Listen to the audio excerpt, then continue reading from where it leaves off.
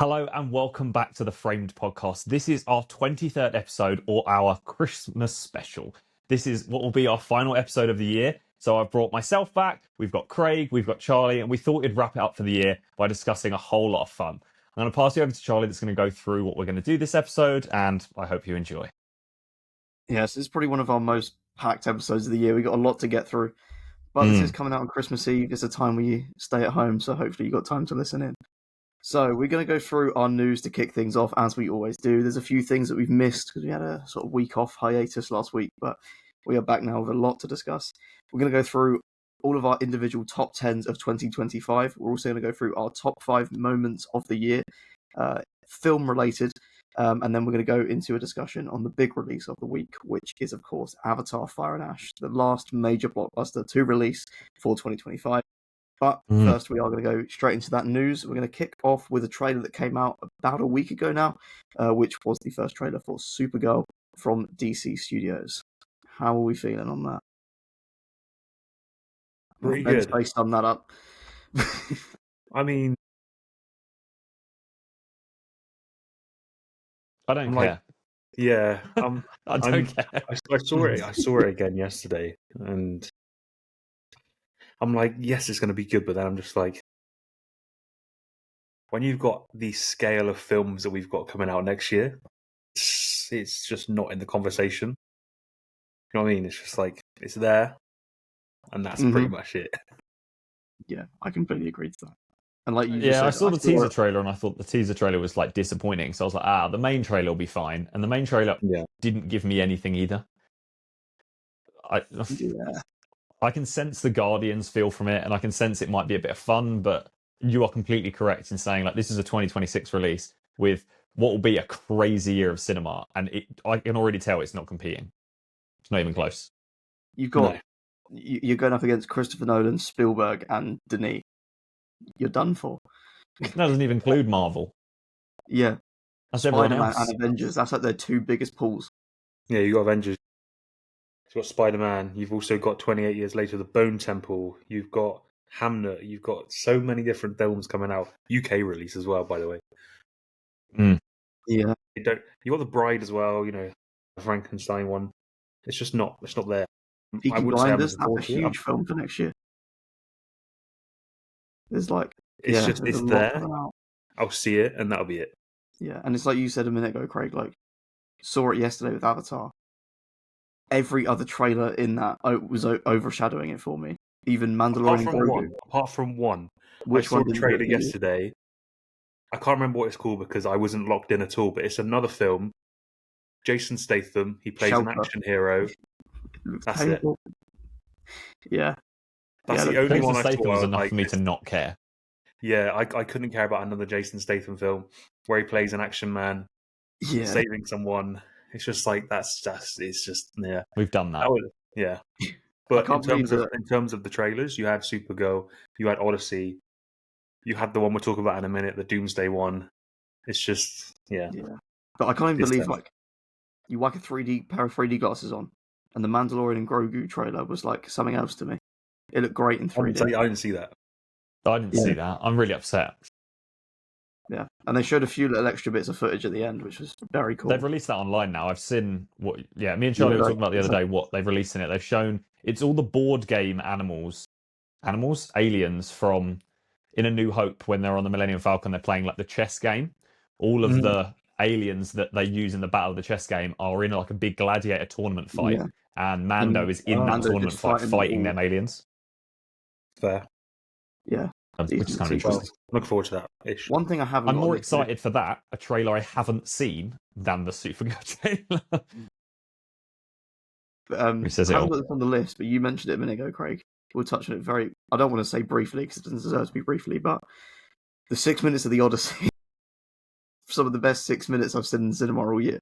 I mean, look, you've got Doom Messiah, you've got a number of films coming out next year, but I feel like I know it's early to say, but I just don't see a film competing with the Odyssey. Christopher Nolan, it's one of the first films that it's shot entirely in IMAX. I mean, there's not going to be anything competing with that film. Watching that, I was just locked in. It was just the best thing ever. If you thought Oppenheimer had a cast, whew. I feel a bit left out here because obviously this episode is talking about Avatar, and you guys saw this because you watched Avatar. I watched Avatar early, and it didn't have trailers, so I have not seen that 6-minute prologue. Just go to the cinema. If you don't want to watch Avatar again, just go to the cinema. Just to watch watch that, and then come out. Yeah. Even though, you should watch Avatar again because it's very good, but we'll talk about it. Yeah, Craig, I think you know what I mean here. Hearing John Bernthal scream, that was enough to hype me up. They could have played that single scene. I was like, yeah, this movie's going to be There's sick. so much honestly. Does he say his famous line? Does he do the whole, let me tell you something? Let me tell you something. Yeah, as he says in everything. No. Well, I bought this very recently, and nice. I'm going to give it a read. Cover too. Yeah, it's the first translation by a woman, so it looked nice. I'll give it a read, and I'm ready for it. So nice, bring it on. Perfect. Should we touch on our last trailer? Yeah. What I will say. No, go on. I think everyone knows at this point. Craig is itching to speak, so I'll let him get out. What I will say though, right? Look, what I will say is that when this came on, you had like the Odyssey, you had Supergirl. This was the last trailer in the screen, and people went, and I sort of resonated with that a lot. And I saw a video by George Carmi, and he was talking about it. And it's a lot of the discourse around this film is that what's really annoying me is, yes, I'm excited because I'm a big Marvel fan, but they're with the release of this and then 3 others, I don't know what's in them. I don't know. I think Thor was in one, but I didn't see it. But what I'm really annoyed about what I'm seeing is they're relying too much on, Steve Rogers is the one that was shown in my one yesterday. I'm just like, why are we regurgitating this? Like, I know they probably have a reason for it in the film, but you're using Steve Rogers as your magnet to bring people in, and it's just like you're bringing in a new Avengers film. We had Thanos and stuff in the last one. Tease more of Doctor Doom. I don't know. Maybe I'm just going into it wrong. I don't know. I just feel I really want to look forward to this film, and I'm not as much as I want to be right now. I do feel that. I think as well, they might have done themselves a bit of a disservice. It's like you had enough hype on the film alone. It's the first time you're teaming up the Fantastic Four, the X-Men, and the Avengers on the big screen. That's a big enough pool, plus the Thunderbolts in there. If you have not announced Steve Rogers, people are still going to buy tickets. You've got Robert Downey Jr. back, you've got the Russos back. Those 3 alone is like a golden trio. But if you'd have just allowed Steve Rogers to appear on screen, the audience reactions would have been akin to that of Tobey Maguire and Andrew Garfield in No Way Home. Yeah, they were rumoured as much as he was. Yeah, to know he's coming back, I'm like, there's a quick spoiler if you haven't watched it yet. The Doomsday trailer, we know that he's got a baby. It's obviously going to be in some sort of perhaps alternate universe if it's not 616. But I don't know. I found myself getting really annoyed watching that because, like you said, Charlie, it's like we had the whole chair stream thing, which lasted God knows how many hours, and people were locked in for that for ages, considering how long that took. You didn't need to give us this tiny trailer. Whether you want to do another chair thing or give us Steve Rogers in the film, I feel like there's another way to really drag people in. I feel like this is probably not the best way to do it. Maybe I'm looking into it too much. Who knows? No, I think it's there because it clearly has some sort of relation to him returning the stones, right?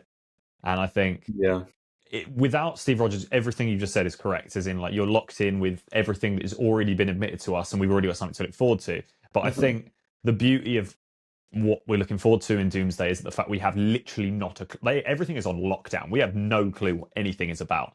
But showing Steve Rogers has given us the first slight clue of it must be related to something he did with the stones and the time movement. That is all we've got to work off now. But the kid is the key here, because that is what does that mean? Yeah, but also I don't know if this is true or not. I don't know if it's just fake news. But I saw something saying that Doomsday is basically just going to follow pretty much straight after Endgame.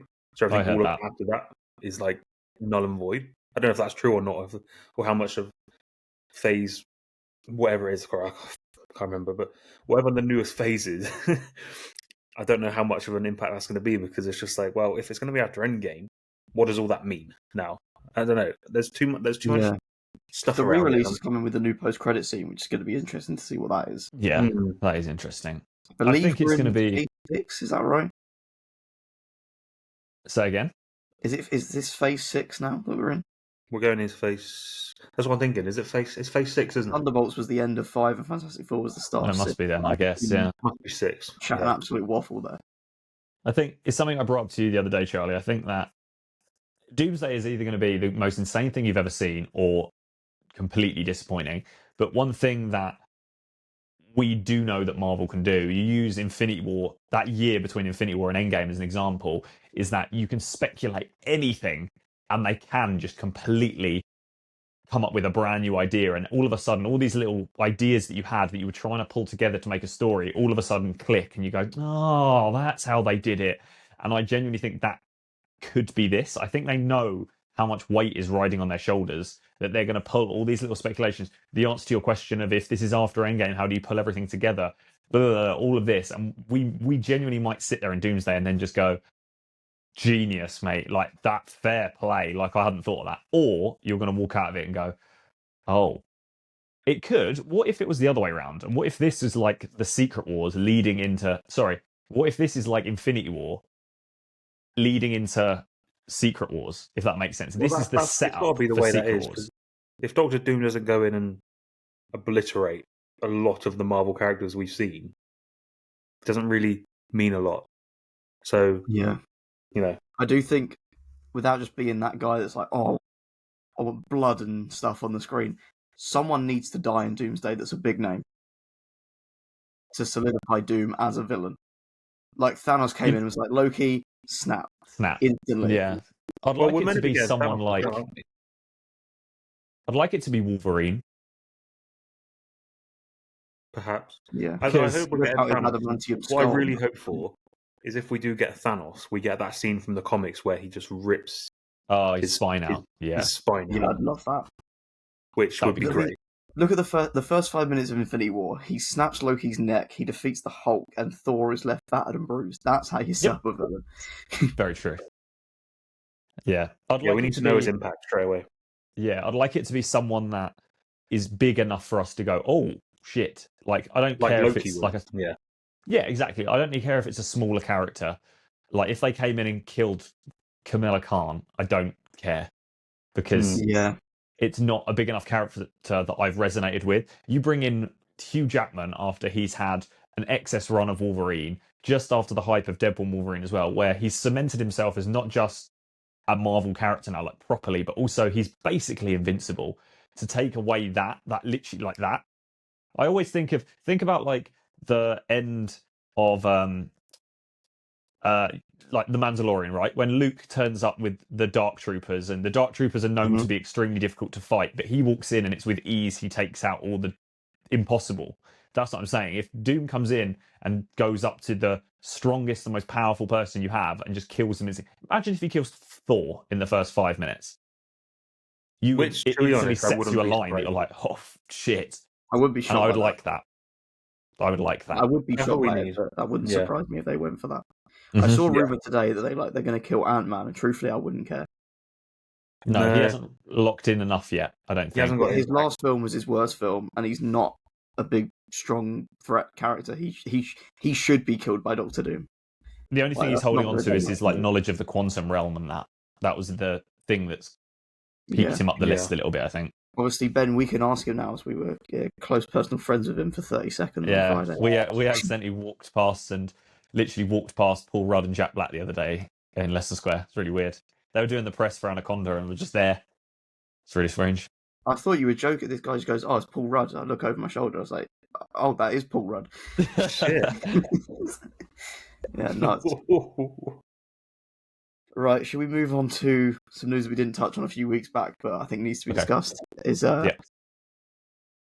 Very simple. Netflix have bought Warner Brothers. I don't think we sugarcoat it.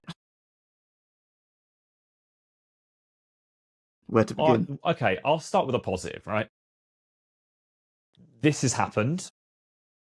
It's not going to take full effect or enough for us to recognise it for a while. Let's be fair, with all the paperwork signing and actual movement in things, it's going to be a few years before you really notice anything. So of all the things we've just said, of all the films of 2026, we're safe. We're safe for the next couple of years of cinema. Then it's going to be the films after the films next that will have an impact. It's going to be like 2028 onwards, I think you said. I know That's people what I'm like, saying. yeah, I know people like Christopher Nolan are trying to Fight back in a way where, you know, cinema isn't affected. But I don't think cinema, to be honest, will ever, for now, will really be affected. I mean, you look at the likes of films next year, you look at, you know, Avatar and how much it's made over the recent weekend. I don't think for a second in the next at least 10 years, cinema is going to be affected at all. People love going to the cinema. I don't know how much of an impact it's going to have. I think it's too early to speculate how much of an impact it's going to have. I don't know. I don't see it being a major issue at the moment, but I understand why people are concerned. I mean, what do we know? We don't know what's going to happen, do we? I'm hoping the voice of the backlash that it's received, not just from the public, but also some of the most esteemed directors in the world, they'll listen slightly. I know he announced literally within the first 24 hours that he was like, cinema is dead and streaming is the way forward and that we're going to cut theatrical release times and stuff like that. And that's a bold statement to make after already doing something people aren't a fan of. But with the backlash from every level, I'm hoping that means something. They will listen because... Yeah, they have to. Yeah. Yeah. It would just flop. It would really be a bad thing. We'll see what happens. I definitely don't see it as a full-on negative. Like, one thing that is good is obviously there is all these franchises that they've acquired, and Netflix isn't afraid to just pump crap tons of money into stuff. Yeah. And not that I'm saying what I want from this is a shit ton of spin-offs, but there's franchises here with cool things that they could do, just they're not getting the money in that direction.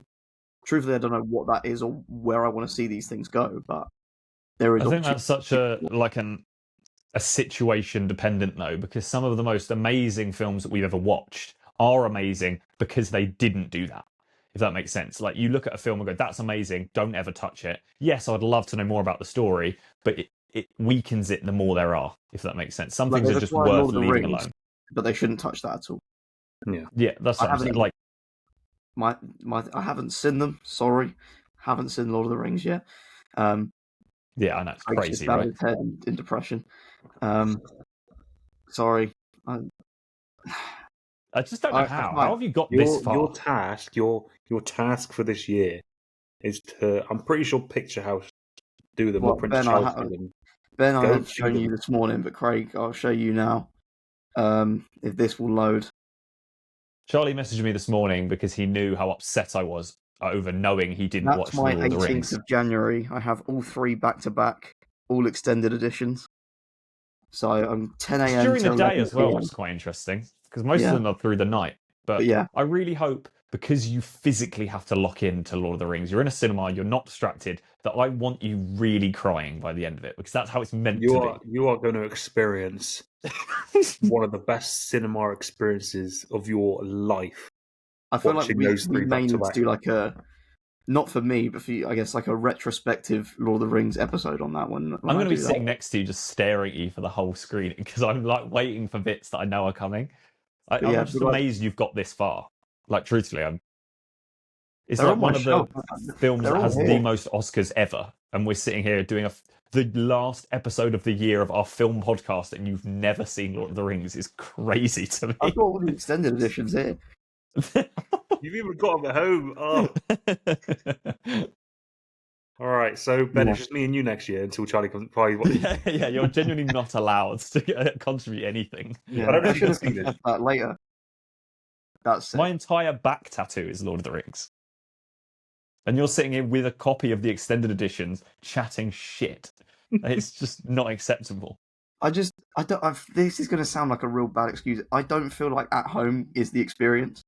Well, I would agree. That's correct. That's like they re-released this year, and I couldn't make it, and I kind of just wanted to wait until I could see it in the cinema. So when that popped up yesterday, I was like, book, done. Yeah, but completely fair. You're doing it the right way. I haven't even seen Lord of the Rings, and I know everything around it, and I know Netflix shouldn't touch it. Have you seen There's The the Hobbit? things that they... No. Interesting.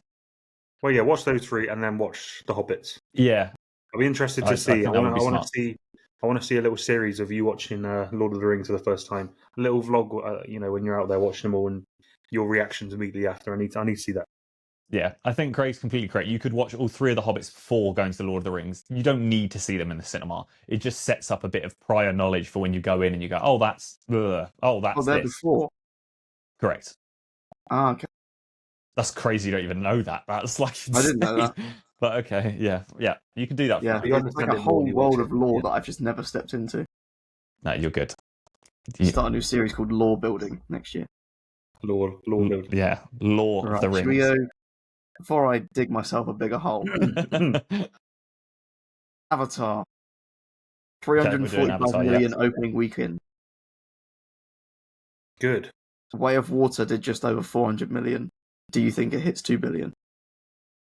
I still think it's going to make a lot of money. We got, I know it's Christmas next week. Perhaps they probably should have released it maybe a week prior, because Christmas next week is going to be a bit difficult. A lot of people will go see it next weekend after Christmas, but 345 out of a 400 million budget, not bad. I mean, that's not bad at all. No, So- I think I it was think- 86% of the budget is returned, which for one weekend is nuts. Yeah. I think that's fine, but that's not the goal, is it? They don't want to pay off what they've made. They want to break another record to allow a fourth and fifth. Oh, yeah. A fourth and fifth. Well, it's the second biggest opening of the year, but when the first is Zootropolis 2, Yeah, but It's that's a just a lot different. of That's progress, just a yeah. different league. It's not comparable. They are just different. It's it's Yeah. hard to explain, but they're just very different fields. I'm just glad to see it's still done a huge chunk of money based on how many people counted this film out before it released. Yeah.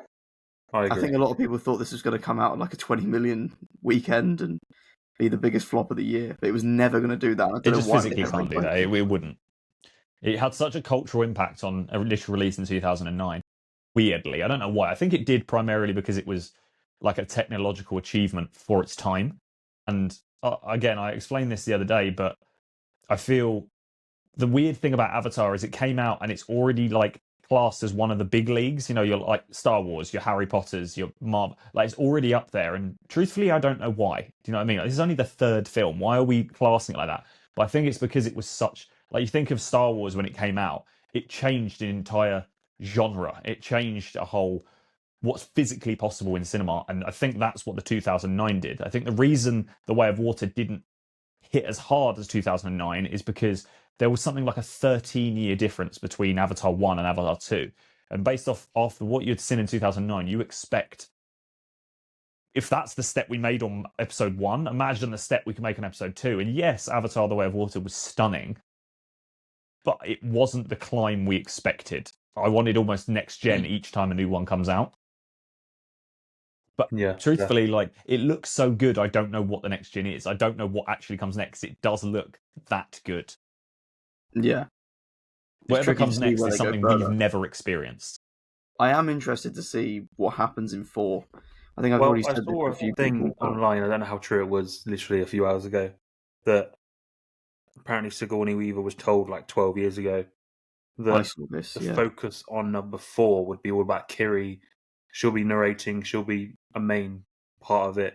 Obviously, as we know from Avatar 3, when we talk about it, of why that is. But I can see that. I just hope that they do it in the right way, and it's not more about what we'll discuss in a minute. But Yeah. be I mean, I think interesting. you are complete. I think that fact is right. I saw, again, we'll talk about it in a minute, but when I saw my Avatar screening, Sigourney Weaver was there. I did a Q&A, and she spoke a lot on her character and the future of how important what's happened is. So I think probably what you read is right.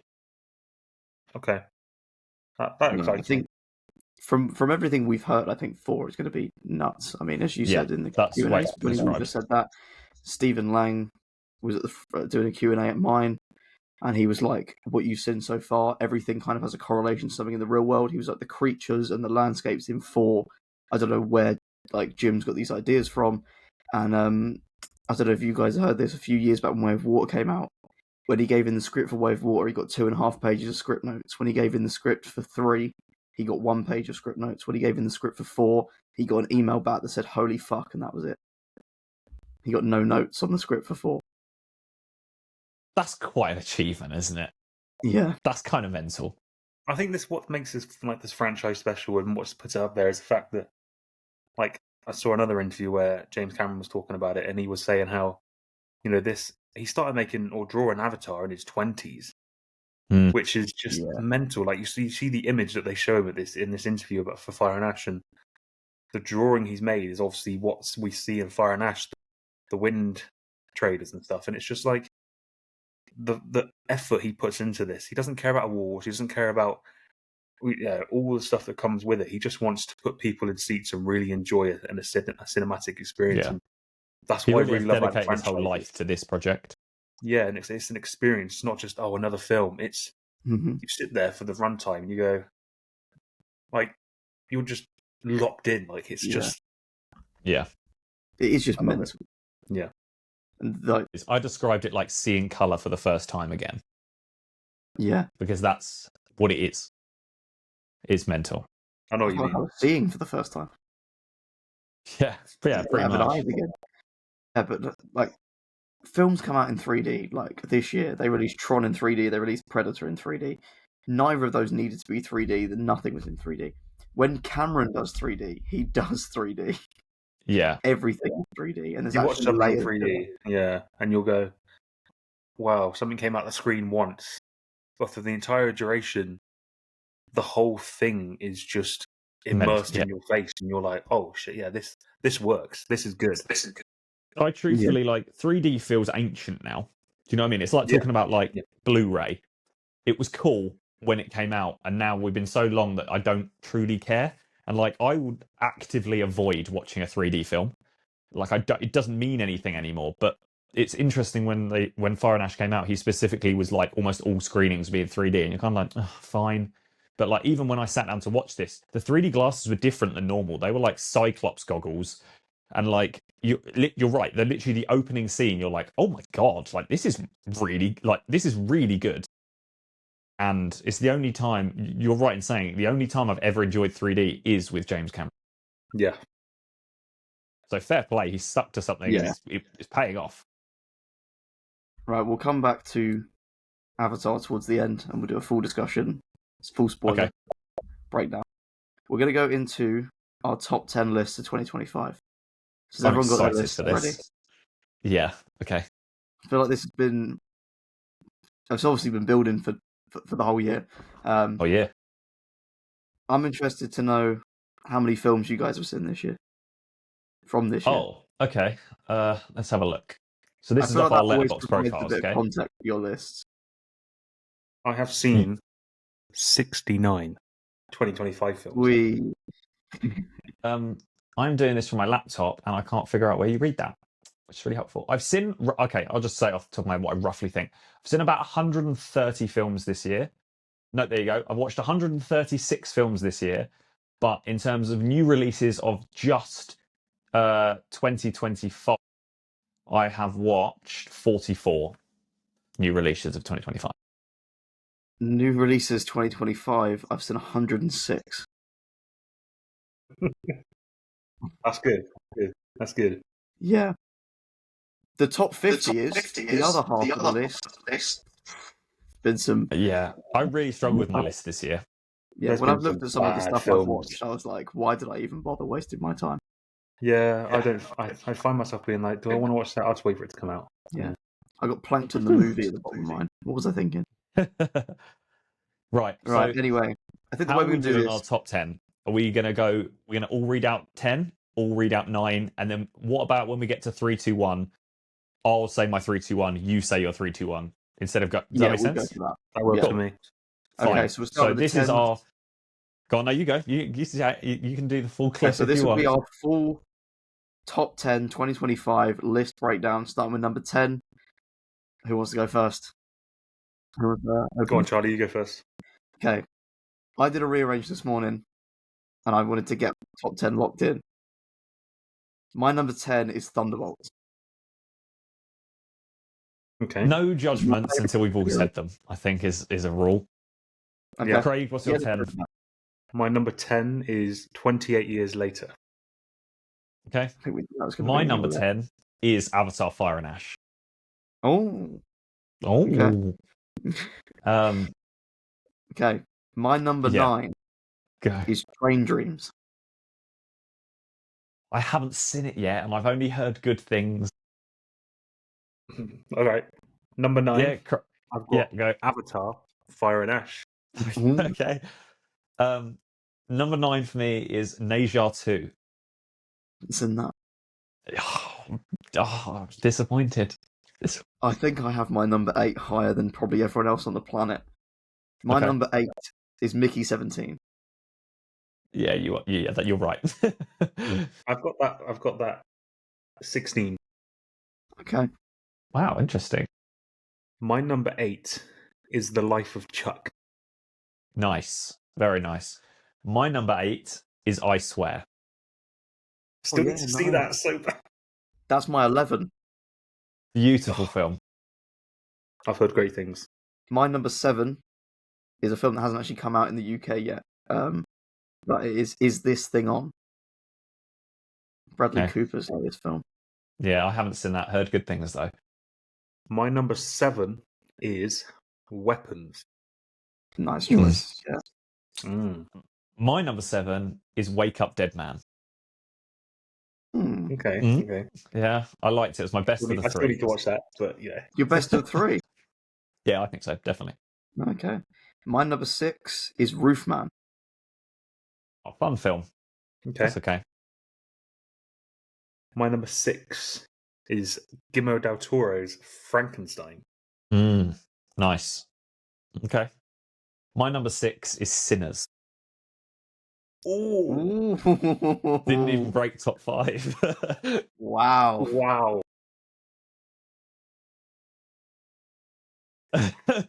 Right. My number 5 is Eternity. Okay. That's fair. My number 5 is F1. Yeah, my F1's at 12 now. I'm sorry. My number 5 is The Life of Chuck. Yeah. Love that. Love My that. number 4 is Avatar Fire and Ash. Okay. Okay.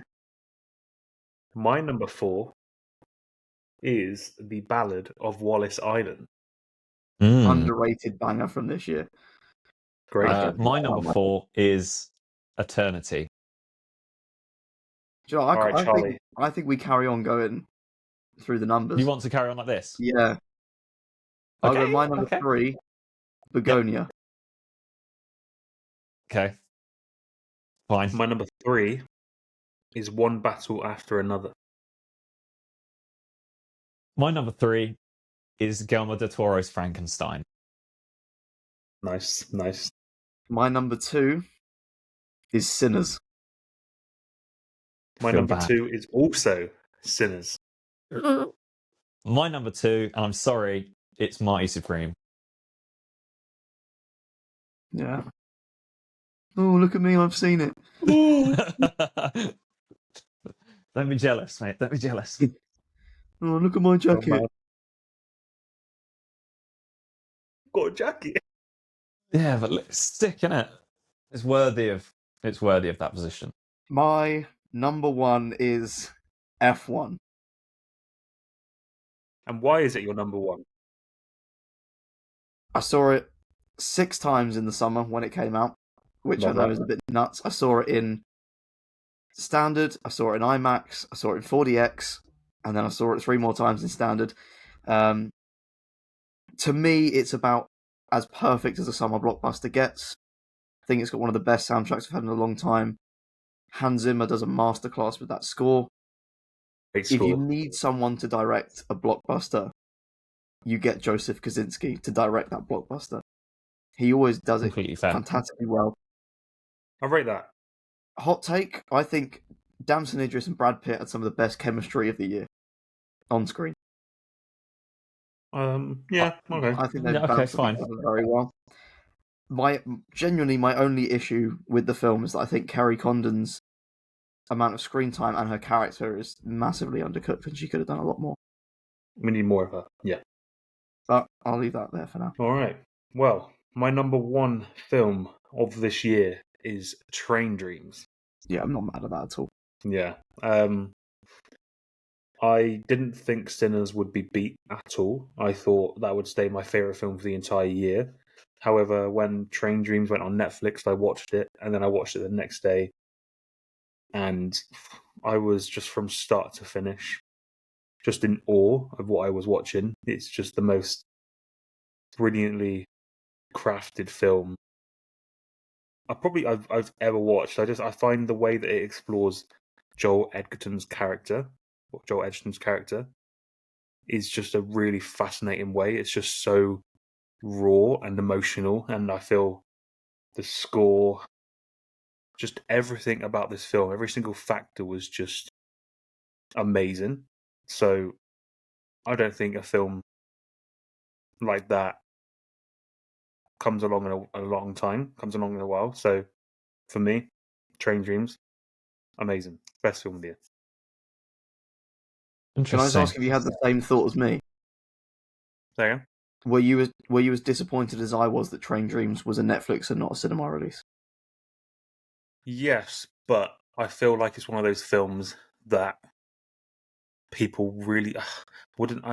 I'd like to see in cinema, but I don't think as much. It wouldn't appeal to like the masses. Yeah, but also another thing, I guess, like what you were just saying, it's nice to sit at home on your own and stay transfixed into that film. When you watch it at home, you can happily go, I'll check my phone, I'll do something.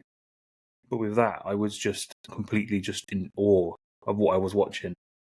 To sit there and watch it was great, and I'm glad it got the recognition it deserved. I'm glad he's getting, like, Joel Edgerton, and the film is getting award recognition. So I'm really glad for that. And if anyone hasn't watched Train Dreams, go and watch Train Dreams. Phenomenal film. Mm-hmm. Go on, Ben, you're number one. They're good reasons. So my film is a tricky one because it technically releases in January of 2026, but it is a Letterboxd 2025 release. I saw it at Film Festival. I know people that have seen it this year. Number one film of 2025 is Rental Family. I know, weird, right? For me, it was I thought you were going to say Hamlet. I haven't seen it. But I think I probably would enjoy it, but no, Rental Family. So I think it was a film that I didn't truly care for. I saw a trailer and was, don't know, fine. And it's a film I walked into just completely open to it, and very similar to the vibe that you get from The Life of Chuck, that wholesome feel of just cinema and fun, and it hits you a little bit deep in the middle. That's what Rental Family is. It's nothing too serious. It's nothing too over the top. It's just a film that is just good. As simple as that. It touches on some really beautiful points. Brendan Fraser is just, like, you just can't not love him. Everything he does is so sweet. It's just a really simple message with such a simple outcome. It takes you through every single emotion that you could possibly have. It's just like, Brendan Fraser's gone through a lot in his life in terms of his acting and his personal life. He's gone from being like a literal action star to the absolute opposite, if that makes sense. And this film is the real kind of, this film has cemented him into the kind of second half of his career, if that makes sense. It's a very different take, but the reasons that you love Brendan Fraser, that is him in this film. Like, it's just him in this. He's just playing himself, and it's so fun. You laugh, you cry. It's just a whole lot of fun. I describe it as like Life of Chuck on steroids. The feel you get from The Life of Chuck, this gives you more of. It's just fun. There's no point in me saying, it has the visuals of Frankenstein or F1, or it has the soundtrack of some of the most incredible films of this year. It's just one of them films that just rounds up a bit of everything collectively, that you just sit there and go, I really liked that. If that makes sense. Like, I respect that. That's it. Yeah, I think, I'm very excited to see that one. I could sit here and say, like, one battle after another. Like, we know it's a good film. Like, Marty Supreme, I've mentioned already. We know it's a good film. Before it even come out, it has this big push behind it. But sometimes a film just resonates you with a little bit more, that you just go, I had a great time with that. Like F1, I'll use that as an example. Parts of it are absolutely brilliant. Would I say it's the best film ever made? Definitely not. But I could understand why you could go, that's a bit of me. I love that. And that's how I feel about Rental Family. I think that's what's great about our top 10 lists is they're so eclectic. There's so many different films in there that aren't even on some of our own lists that I think it's just what makes it. It's what makes film great, isn't it? It's all so subjective. Everyone has so many different opinions, and that's cinema. It's just great. It's just great. Can I say one thing that I'm truthfully grateful for without disrespecting the film? Go on. I'm so glad that after the year we've had, we haven't just sat here and gone number one, sinners, sinners, sinners. I'm so glad that we've been able to find a film that actually resonates with all of us. I agree. That's fair. Yeah, did I expect I Swear to be in my top 10? No, I didn't. But that's the fun of cinema, is you try something and you just are impressed by something else. Yeah. I've got Thunderbolts at 22. Then yours is what, 10? Yeah, out of 100 Very as well. different. Yeah. Is there anything in anyone's lists that anyone wants to throw hands? Oh, like a hot take one. Okay. Yeah. Hot take. Let me have a look what's on my... The Running Man, Edgar Wright, is 29 on my list. It wasn't an amazing film. It wasn't very Edgar Wrighty. Not the best. It's not really a hot take. Jurassic World Rebirth, 41 on my list. It is what it is. I've got a hot take.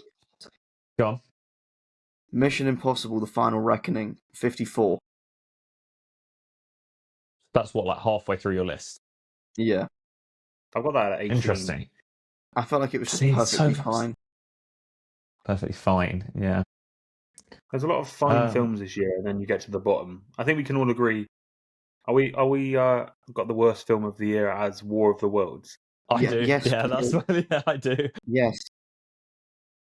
Awful. We got any other contenders for worst of the year? Second? Worst of the year? Any other Snow White? for worst? That's bad. Marching Powder, Danny Dyer. All that. The Electric State. Happy Gilmore 2. Never saw it. I thought that was fine. Fine. That's not how you meant to describe a film. Mark Wahlberg's Flight Risk was god awful. FNAF 2. We talked about it earlier in the pod. A Working Man from Jason Statham. It's just repeated. Can I throw out a Jason Statham non-2025 hot take? Yeah, go on. One of my favourite Jason Statham films is The Beekeeper. That's just jumped into my head. I thought that film was really fun. It's stupid, but it's fun. Do you know what? I thought The Beekeeper was actually not that bad. I thought it was quite fun. Yeah. When there was a sequel announced, normally I'd roll my eyes at that. I'm not mad. Bring on 2026. I've got Ballerina at 1, 2. I've got it 3 higher than both Fantastic Four and Superman. Ooh. I still haven't seen Ballerina. There's so many films I haven't seen this year. It's crazy. Superman's at 32 for me. I don't know if that's a hot take. What have you got higher, Fantastic Four or Superman? Fantastic Four. So mine goes Captain America, Superman, Fantastic Four, Thunderbolts. Okay. I've actually got Thunderbolts beneath both Fantastic Four and Superman. Oh. I don't think it was a bad film. I am quite a person that judges a film on rewatchability. Like, for example, I don't know, like Avatar, what we've spoken about, 3 hour 20. I can't just chuck that on while I'm having dinner. Like, it's an experience. Same as Lord of the Rings, right? It is an incredible film, but you can't just put it on. And Thunderbolts isn't an easy watch for me. I just don't feel. I feel like you could chuck Fantastic Four on and just have it. It's in the background sort of film, easier than depressing Thunderbolts. I agree. That's why it's lower. I've got Warfare quite high. Warfare is brilliant. I thought that was very fun. I think that's maybe 11 for me.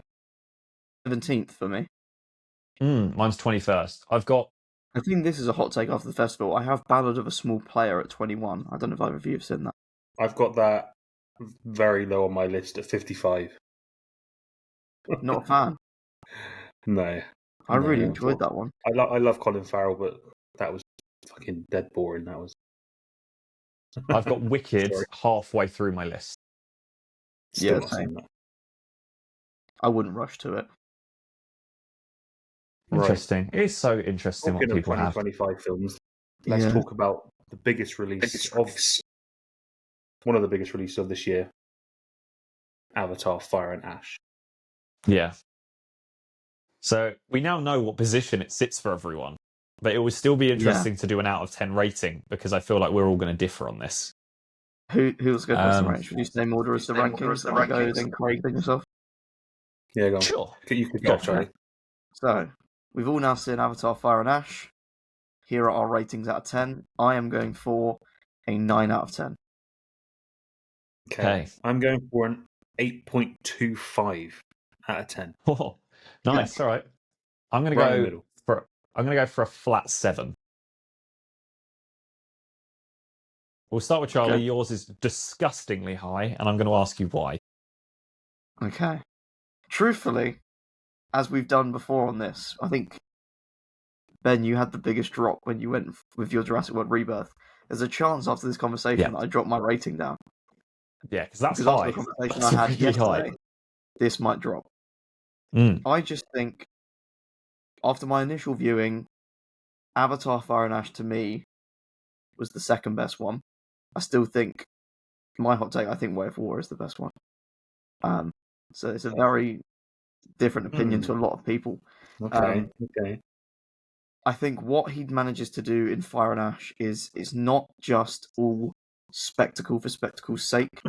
There are the quieter moments in the forests. There are the smaller one-on-one sequences, which you kind of lack in the previous two. There's a lot of just chaotic gunslinging and fights and throwing spears and shooting bows and flying on animals. But we get a lot of quiet moments, particularly with Spider in this one, which does add a lot to his character. Doesn't add much to other characters, which I'll get to in negatives when we dive into those. I think visually, I don't think I really need to speak. I think everyone knows Avatar is visually the best film you're ever going to see. It was nice to see some returns to the original film. We're obviously going to cover spoilers in this, but it was nice to see like the Banshees back in it with a big presence. Him reuniting the clans again as he did in the first movie. Obviously, him returning to be Todok Makto. I've definitely just butchered that. I actually think you did that pretty well. Yeah. Payoff from the first film to this film, obviously, as it was supposed to close out a trilogy, as it were, even though there's hopes or promise of a larger saga there. I just think everything was handled quite well in this one, apart from the pacing, which is where I have my main negative. There's obviously a sequence at the beginning in the forest where they introduce Varung and the Ash clan for the first time. I think from that moment up until they go back to the reef is so unnecessarily long, when all it serves is to make Spider breathe and to introduce Quaritch and Varung together. It doesn't need to be like a 45-minute sequence. Okay. That was my main issue with it, because especially on a rewatch, that nearly put me to sleep. Oh, okay. Interesting. I really, really liked it. I really, really liked it. I mean, yeah, we don't need to say anything about the visuals. The main thing that really stood out to me in this film, and what was the complete highlight, was of course Una Chaplin as Varang. Every single time she was on screen, loved it. Like, it's just the aura and the presence that she brings, the walk, like, oh, mate, every single scene was incredible. I wanted more. I wanted more of the Ash people. I know it's like a 3.5 hour film. I would have liked to have got more origin to them instead of just a story from her about how her forest burned down, which I assume was from the 2009 film. I would have liked more of her. Another thing I really, really liked was the Tolkien, the whales. We got a lot more of them. Oh, yes. I thought the whole thing with them, that whole bit with them when they're trying to recruit them for the battle, and you've got the elders there, the matriarch. That bit was, I loved that. That was a really, really powerful scene. I really thought that was great. I did like some of the focus on some of the other characters we saw. We got a little bit more on Loak and his Tolkien, a lot more on Spider, which I don't know how I feel about that still. I would have preferred he, went a different direction. I liked more seeing Quaritch. I like seeing him, but I wish we don't see as much of him anymore because I don't want the whole story to be regurgitated again.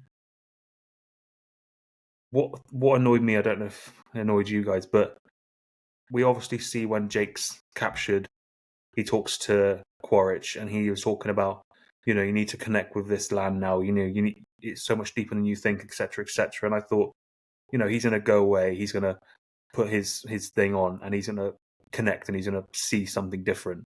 And then we get to the battle and he comes over and he's still after Jake. And I'm like, what was the whole point of that then? Because I'm like, he should be.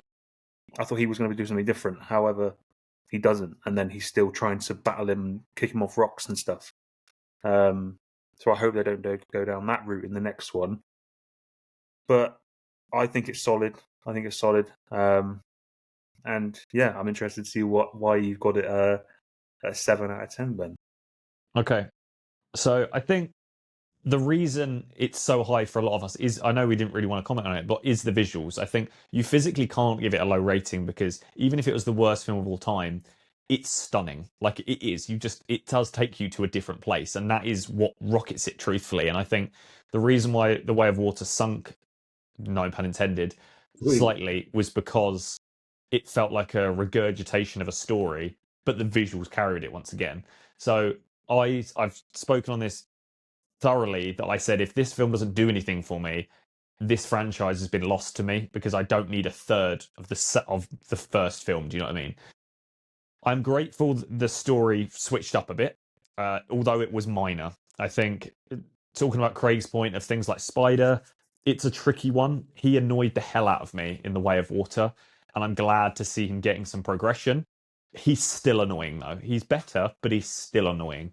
I appreciate he can now be used as like a bartering tool, but he's still, even though he now is quite a key part of the story, I still don't care. And I think that is a problem, that he is such a sole part of this film that it doesn't get me. I think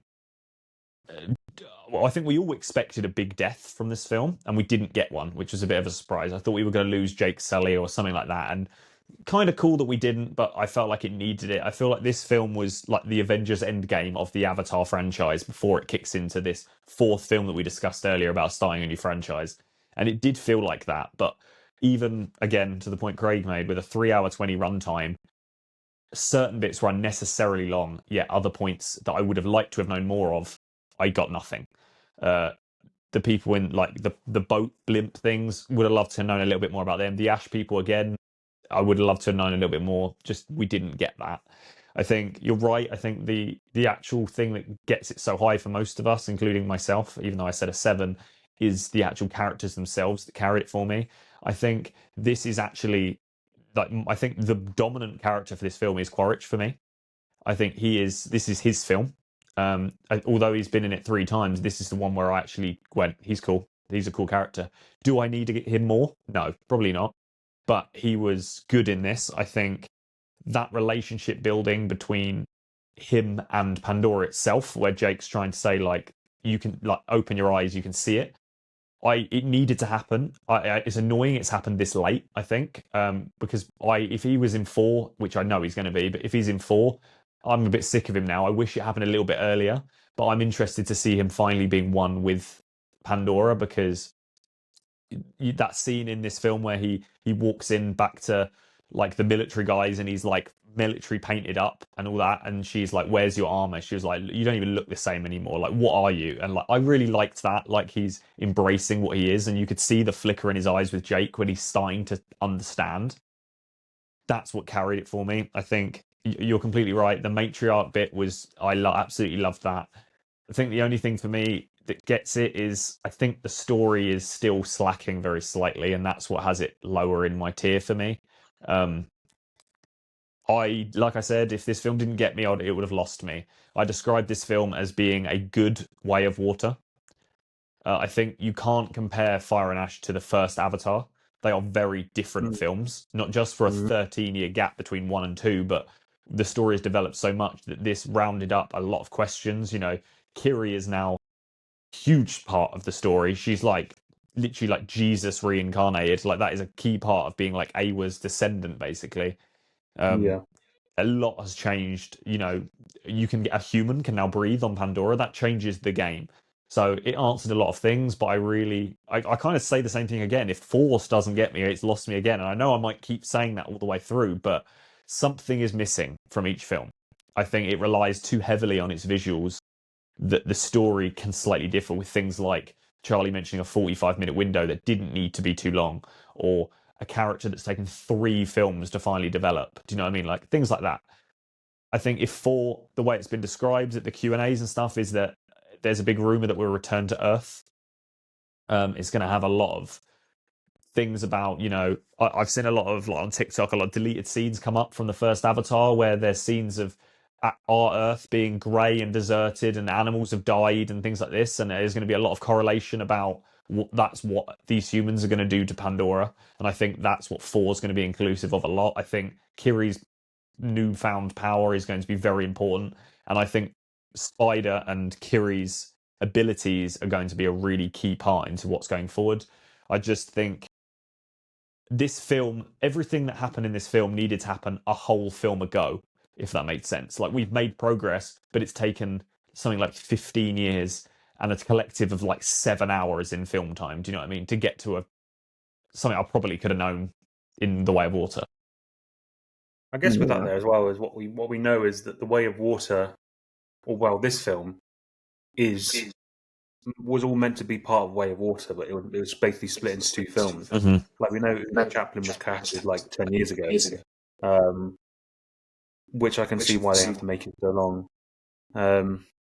I find the cast really fascinating. I watch it and you think, I'm not going to find myself getting worked up, but even watching those scenes of like, especially Zoe Saldana, like the way that she carries that whole scene, every single scene that she's in, yeah, no matter what she's doing, is fascinating. And she's a powerhouse. And I like what you said about Quaritch as well. Film. Like, yeah, she is very different in the film, and I find that really interesting. I find I like how there's so much character development with these characters.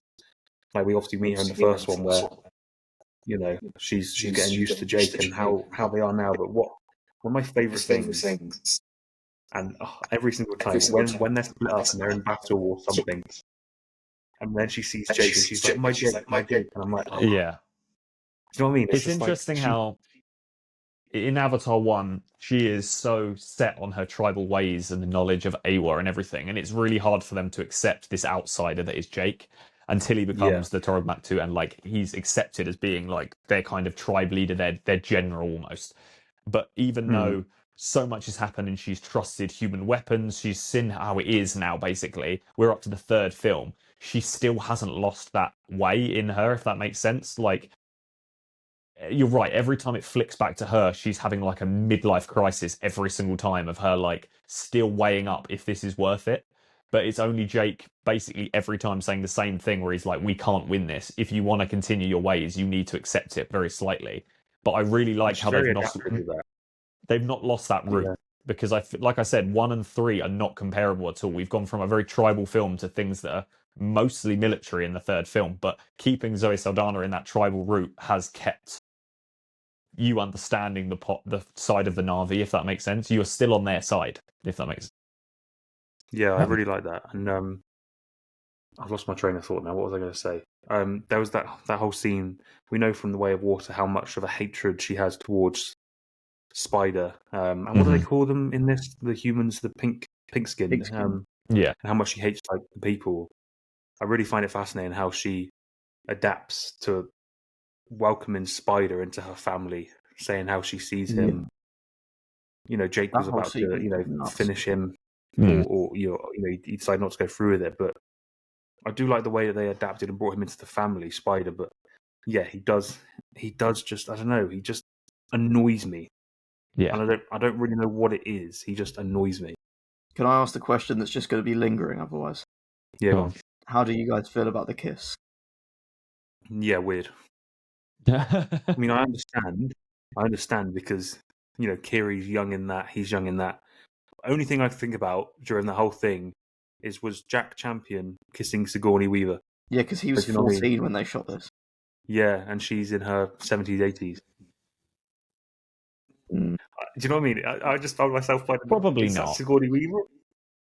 I'd say probably for literal legal child safety reasons. I'd say probably not, but this is James Cameron. He'd be like, no, for cinema. Yeah. I will say Sigourney Weaver though, as Kiri playing someone like that, you have to give her a kudos. Like, she's going to be such a big part in the next one. Kiri was such a huge part in this one. What she did with Spider and Awa and that whole thing. Mm-hmm. I'm really excited to see where they go with that story. Yeah, It's going to be interesting. Seeing Awa was cool. Else feel like, do you think that was underwhelming though? A little bit, but it was still cool. That she's just a big Na'vi. I saw people speculating this a bit like, what could she be? But I'm fine with it, really. I don't know. None of that sort of sat with me. I thought, you know what, she's trying to see it. The others are helping to get her to it, and whatever that entity was doesn't bother me. It's the whole journey of her story, which I find really interesting. Her development of herself. Obviously, she's adopted into this family, and where she's going and what she's going to become. I find the whole aspect of her really interesting. Yeah. You guys find the ending of this film really weird. We didn't really touch on anything. There was no sort of obviously the one death we did get was Renal, who we saw no character's reaction to that. We just saw them essentially plug the child into Awa, and that was that. You didn't see Tom Warren's reaction. He seemed very chilled afterwards when he was just with his child in the water. Yeah, that's true. The film opens with Loak. Loak narrates the whole thing. It's not really Loak's film. And the film pays off with Spider. So we start in one place and end in another. Is it just the ending felt very strange to me? Yeah, a narration from Naturi or something. I don't know. I feel like it's a lot of her. They could have even done a narration of I don't know, some Kiri was like, if they want to do the end of the trilogy. Just let Jake narrate these three. Yeah. And then the next trilogy quickly be the kid. Not become the main character anymore. And he won't be now. He'll start dwindling down, I think. Yeah. Yeah. I think his exception of Loak in this film was a big thing. I think there was a lot of hostility. Let's be fair, Loak has been right the whole time. But Jake has this military thing in him that it's like, you don't fight, you lose kind of attitude. And it's cool. Not going to deny it's cool, but we're 3 films of it. And I was getting a little sick of it. It's just a repetition, but it's nice to finally see him accept it, because I think you're right. I think this will, the older characters are going to start dwindling away very slightly, and these new powers and younger, they're going to become a really powerhouse for the next saga going forwards. Yeah. I really find the scenes with the whole the Tolkien or Toucan, whatever they're called, I find them really fascinating. And what I really enjoyed was finally seeing that guy with the metal arm. Oh, yeah. Finally get his dues. Yeah. Yeah. But I thought, I saw him. I thought, did he go in the second one? Why is he here? He's back again. And that is a really, with the score, that is a really powerful scene when they're capturing and killing those Tolkien. Really hits you. Hits you. Yeah, it does. So seeing him get his dues and seeing them all, when they were doing that last battle and Tolkien are fighting and they're going for it, I had to sit forward. I was locked in. So seeing it, mate. I know it builds up the battle and it's so great, but insane. One of the best battles of all Avatar. The Tolkien scene that really got me when he found the other clan and there was one left, and just how obliterated that one was. But it had the spears in it, but then when they did the overhead shot, you could see the orange airbag things. They were hanging off him. He's got a spear in his eye and stuff, doesn't he? I remember. I like the whole acceptance between Loak and his Tolkien brother. He's been sort of pushed away from his clan. Loak has been sort of pushed away from his dad, and they come to that acceptance together. They fight together. They win their their clan and his family's support and love. I really like that sort of dynamic of them together. So that was really, really great. What was your guys' favourite sequence of the film? A bit of a rogue one, I think. I think there's definitely stronger, but something that I just enjoyed was Jake had been captured and was in that like glass case about to be like killed, and that random like guy in the digger was just like, "I'll help Marine you." biologist, Yeah, and like I Coming thought in that was clutch. really cool. I liked him like pulling the digger back and him like backing up with him, and then he hops down and he's like, "What's the plan?" And he's like, "Oh, I didn't think we'd get this Do you know far." what the funniest thing about that bit? Jake just ditches him. He's like, do you know what? you go off, mate. I'm leaving. I was saying the other day, like, you forget how big they are until they're next to a human. In that scene, he's like crouching down over him, but I just really liked the whole scene was primarily shot from the helicopter's angle, so it just follows the spotlight of him like darting through the things. And I just thought that was kind of cool. It's quite simple, but it was quite cool. I love that line that he said in the digger. It was the only line that made me laugh, and it's such a corny line. It was when he like smashed everything up, reversed it back, and she went, "Is my protest noted now, fuckers?" And I was like, I love that line.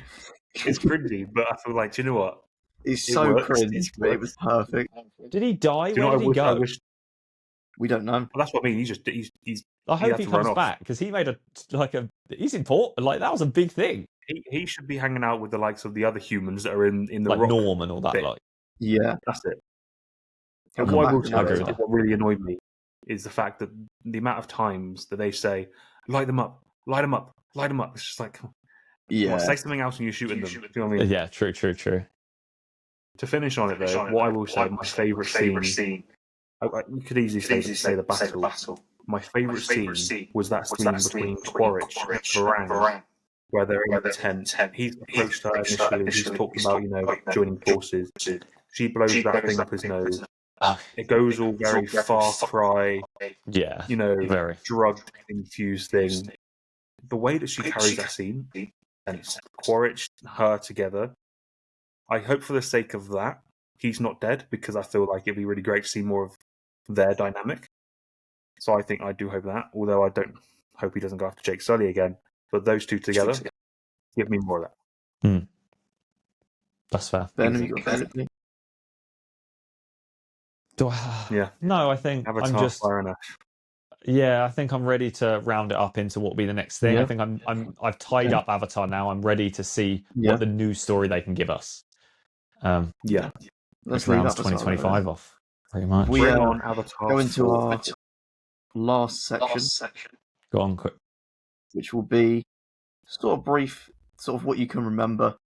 Obviously, we're coming to the last episode of the year. We've got a couple minutes left of the episode. What have been your guys' top 5 moments of content, cinema this year? What have been your best moments of the year? I think Anyone want to start? Yeah, I don't think I have a set thing. I think mine is just, and it's quite interesting that I bring this up just after we've spoken about the whole Warner Bros. Thing. I think mine is just the experience that cinema's given me.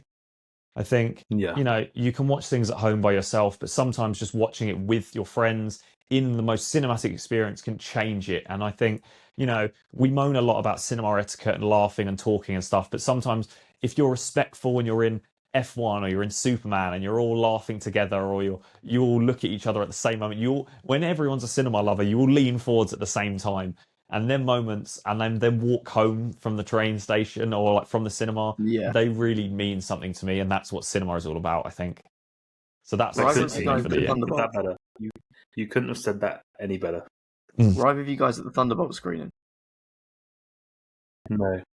So for that one, that's one of my top moments of the year. The film ended, and obviously the credits song is "Nothing's Gonna Stop Us" by Starship. Mm-hmm. It was Cineworld Leicester Square. While we're waiting for the post-credit scene, every single person in that cinema was singing the words as loud as they could, and I was like, "This is 500 people that don't know each other, that are sat in a room, and cinema brought them together, and they're all just having the time of their life." Yeah, I like that. And that was so great. Another one of my favourite moments of the year was watching Craig wait for Andrew Lincoln to walk out of Mickey 17 and his determination to get that photo. And Did I fucking get that photo? Did I? You know what? I'll round my... any viewers on YouTube right now. Anything else for yourself, Ben? Any moments that stand out? I'll round off one more that made me laugh. It was during The Running Man, and Glenn Powell is wearing just a towel, and he's hanging on the side of a building, and the whole cinema goes quiet as I hear a guy's voice from behind me go, "Hope that towel falls off." As the whole cinema goes quiet, everyone hears him say that, bursts out laughing, and then within the next 10-15 seconds, the towel does come off. It goes quiet again, and he's like, "Sorry, everyone." And that was it. That was just enough that made everyone laugh at the right moments, and it was great. It's just funny. Yeah, I'll give a couple. Say one of my favourite moments was with yourself, Charlie. We went to the Mickey 17 Sam Pen. We got to meet a few people. I've got a Mickey 17 signed poster here from a few. And then we get tickets, we go in, we get to watch Mickey 17 and the world premiere. Intro from Bong Joon-ho, Robert Pattinson, beating Andrew Lincoln, and Can I tell you the strangest part of that for me? So I walked into it behind you, and I think I had to send someone a message. It was going to be my lift home. I put my phone in my pocket. I look up. Oh, who's that Craig talking to? It was like Mark Ruffalo. Like, what? I'm getting Mark Ruffalo's autograph on this poster. Just having a very quick chat with Mark Ruffalo. Like, yeah. I know, Ben, one of ours that we shared was getting to sit down with Letitia Wright. It was crazy. Oh my God, how could I forget? Yeah, that was a really, really great interview. Really great interview. Like, that was I can forget, yeah. Crazy day. Crazy. I started that whole day thinking I didn't know we were doing that. It's so funny. So Ben sent us an thought email. What I was going to was an afternoon tea where there would just be filmmakers walking around. He thought it was going to be like, they went, "Have you got your questions prepared?" And I said, "What questions?" And they were like, "Letitia Wright, we're going to interview Letitia Wright in an hour." And I was like, I thought we were having lunch. So that's 2025 for me. I never expected it to go the way it has, but I'm grateful for the way it's gone. Yeah. And of course, the big one, we started this. We started the Framed Podcast. Yeah. Crazy, right? It's been fun. I really enjoy talking about film, being able to chat and play games. I think that's what's great. Like, you can happily be there and go to the cinema and watch it, but talking about film, talking about everything in this space is great. Whether we get 100 viewers or 100,000 viewers, I don't care. Being able to talk to people enjoying, people watching, having guests, it's what I really like about the space. Because everyone has so many different views and opinions, and everyone respects each other. And I love it. I love that. I think that's what's really important. That's the new cinema. It is. 2025 has been a really great year for content for cinema. Bring on 2026. My final question for this week. What's your favourite video you've made in 2025? Off the top of your head. What's my favourite video? Wow.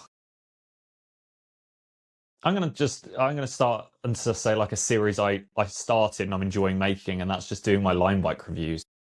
I really, you just spoke about like, we might see a film and we discuss it very quickly, but 2-3 weeks later when we discuss it here with other people, they're my favourite conversations, is having an in-depth conversation. And them line bikes home give me time to really process it, and that's when I document it. And I have quite a really beautiful cycle home, it's like very landscape, very pretty to look at. And when I've just watched a film and it's kind of going in and I'm looking at that, it really sinks in. It's always dark, it's always late at night, there's no cars, and it's just a real moment for me. So for me to start documenting that, like when you watch them, when I even watch myself back, you can actually sense the emotion of how much I like to film just in my presence before I even speak, because you can tell that's my peak cinema moments.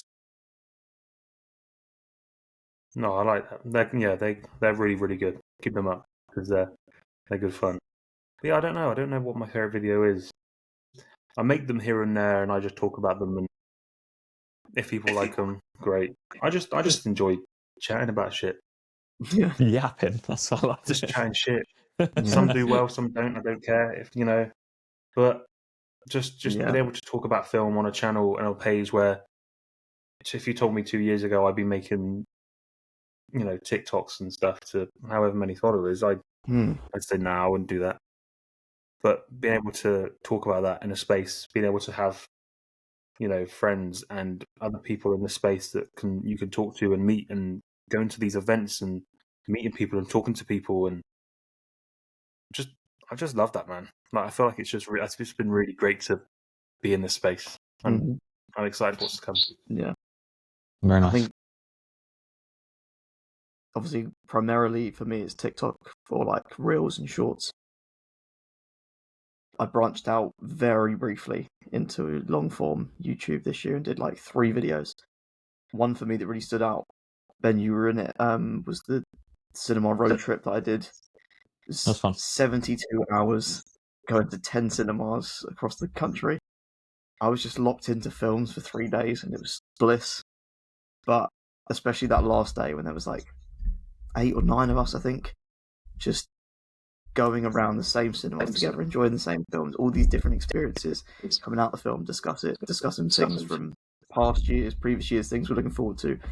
It's just, again, I think it all boils down to the same thing, but it's that bringing people together, even again through something that was so absolutely stupid. It was an idea that I had back in January and was like, I'm never actually going to do this. Like, we've had him on the podcast, but Ben's box office obviously set up the Project 100 challenge. And that's my first conversation with him at the start of the year. I said, I've got a really stupid idea to do 10 cinemas in 3 days. He was like, yeah, that'd be sick if you do it. And I was like, I could actually do this, and actually doing it was so fun. And yeah, taking 3 days to just be in the cinema was just fantastic. I felt like a reset. It was lush. Film community is what's made 2025, I think. Absolutely. Bring on. Thank you to every guest that we've had on this year, by the way. Yeah, absolutely, and the ones that we will have next year. We will have a guest on this podcast who is an Oscar shortlisted director. Yeah, that's exciting. So keep an eye out for that. That's the first episode of the year. Yeah, can be. That's exciting. Does that round us up nicely then? Is that the Framed podcast wishing you all a Merry Christmas? The next thing you'll see from us will be in 2026. That is a wrap. Crazy. Thank you very much. Yeah. Merry Christmas. Merry Christmas. Happy New Year. Merry Christmas. Thank you all. How exciting. See you all next year. Bye.